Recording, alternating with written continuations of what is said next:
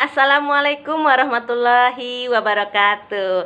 Apa kabar anak-anak Cigu hari ini? Semoga dalam keadaan sehat ya, dan tetap semangat dalam belajar hari ini. Hari ini kita belajar seni budaya.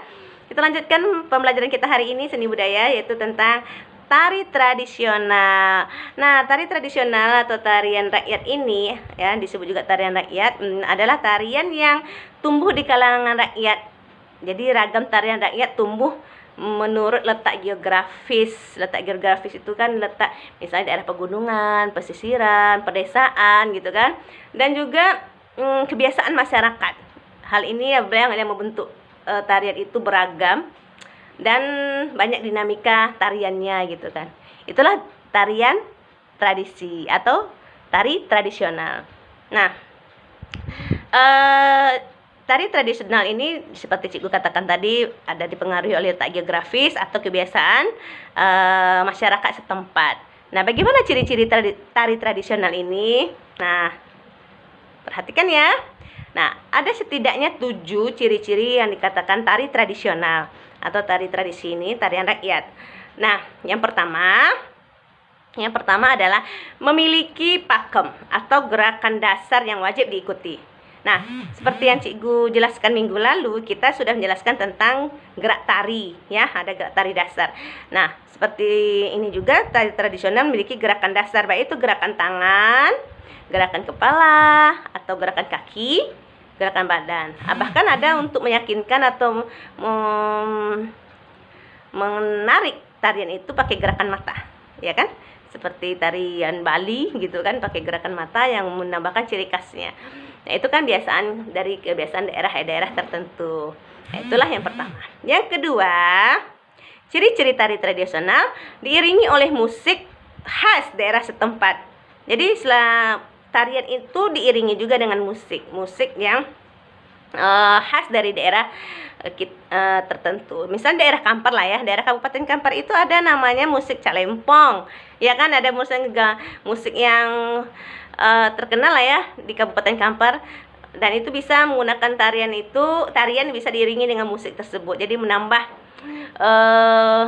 kebudayaan, jadi kan menambah aksesoris dari segi tari itu sendiri ya. Yang ketiga, ciri-ciri tari tradisional adalah menggunakan kostum. Nah, kostum atau pakaian khas, atau setiap daerah itu memiliki pakaian tersendiri lah ya. Bisa dikatakan pakaian adat gitu. Biasanya itu disesuaikan lah ya tarian itu dengan pakaian adat masing-masing daerah. Yang jelas pakaiannya ya sekarang udah modern juga. Tarian tradisional ini biasanya daerah-daerah itu bisa pakai daerah apa yang digunakan di satu daerah itu, maka itulah yang mendukung tarian dari daerah tersebut. Nah, yang keempat, ciri-ciri tradisional itu diajarkan dan diadopsi, dipelajari dari lisan ke lisan atau dari mulut ke mulut.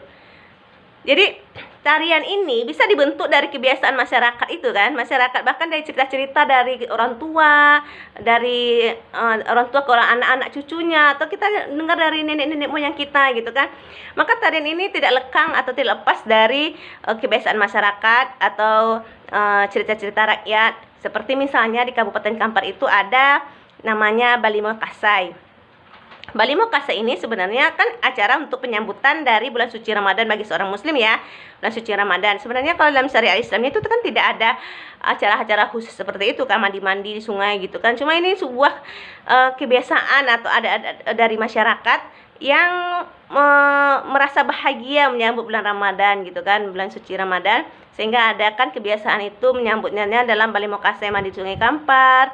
Ada acara-acara seperti sampan hias gitu kan. Nah, itu merupakan adat kebiasaan dan itu diwujudkan dalam bentuk tarian, dan cerita-cerita itu diturunkan ke anak cucunya, sehingga anak cucu kemudian kan menjalankan apa yang didengar, apa yang dibicarakan oleh orang-orang tua yang terdahulunya. Seperti itu ya. Nah, yang kelima, ciri-ciri tari tradisional itu adalah mengandung filosofi yang berasal dari sebuah pikiran kearifan lokal. Jadi sebenarnya seperti Cikgu bilang tadi, tarian daerah itu memiliki karakter atau kebiasaan masyarakat diwujudkan dalam tari.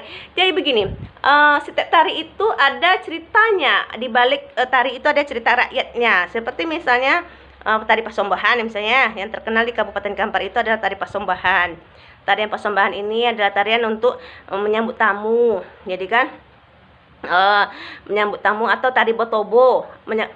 Tari Botobo itu tarian betani. Jadi ada kebiasaan masyarakat, kan ada filosofinya tuh ya. Tarian kenapa dinamakan tari Botobo itu ada ceritanya. Ceritanya itu tarian yang menggambarkan rakyatnya yang bertani gitu kan. Rata-rata di satu daerah itu ada misalnya kebiasaannya rakyatnya itu rata-rata bertani kehidupannya. Jadi pertanian itu dibuatkan dibentuk dalam sebuah tari. Ada gerakan-gerakan yang menunjukkan itu adalah sebuah cerita tentang kebiasaan masyarakat yang bertani saat itu. Nah, itu ya memiliki filosofinya. Yang keenam, kita memiliki ciri-ciri tari tradisional itu adalah memiliki fungsi sosial adat. Seperti untuk kepentingan acara adat. Ya, misalnya tadi misalnya tadi tentang tari Pasembahan. Tari Pasembahan itu kan untuk menyambut tamu yang hadir, atau misalnya acara-acara pernikahan, ya, acara-acara syukuran akikahan, kan ada tarian-tarian juga. Jadi itu merupakan kepentingan acara-acara adat, ya, untuk menyambut tamu gitu ya. Itu merupakan kebiasaan dari masyarakat itu. Jadi ada filosofi adatnya, ada fungsi sosial dari adatnya ya, kebiasaan masyarakat. Nah, yang ketujuh, ciri tari tradisional adalah terkadang memiliki syarat khusus seperti waktu, tempat, bahkan hanya beberapa orang saja yang diperbolehkan dalam menari itu. Nah, misalnya seperti daerah lain itu ada tari kuda lumping.